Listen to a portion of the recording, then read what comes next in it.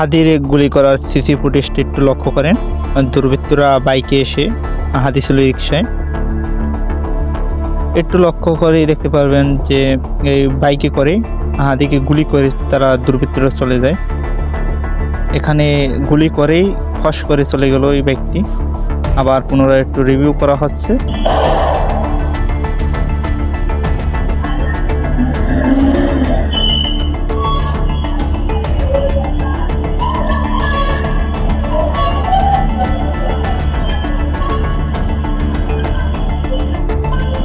এখানে ফুটেজে দেখা যাচ্ছে দুইজন লোক নামাজের উদ্দেশ্যে রওনা দিয়েছে। তখনই গুলির শব্দ শোনা যায় এবং বিকট জোরে বাইকটি চালিয়ে যায়। তারপরেই একটি বাইক সজোরে চালিয়ে যায়। তারপর সাদা পাঞ্জাবি পরা লোকটি সিকিউরিটি গার্ডকে ডাক দেয়। দৌড়ে সিকিউরিটি গার্ড বেরিয়ে এসেছে এখানে দেখা যাচ্ছে। তারপর একজন সিকিউরিটি গার্ড সামনের দিকে গেল।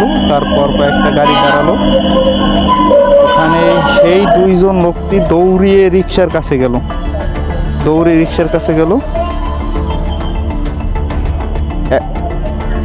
পরবর্তীতে তাকে হাসপাতাল নেওয়া হলো। পরবর্তী নিউজে আপনারা জানবেন হাদির কি অবস্থা আছে। এই পর্যন্তই, ধন্যবাদ।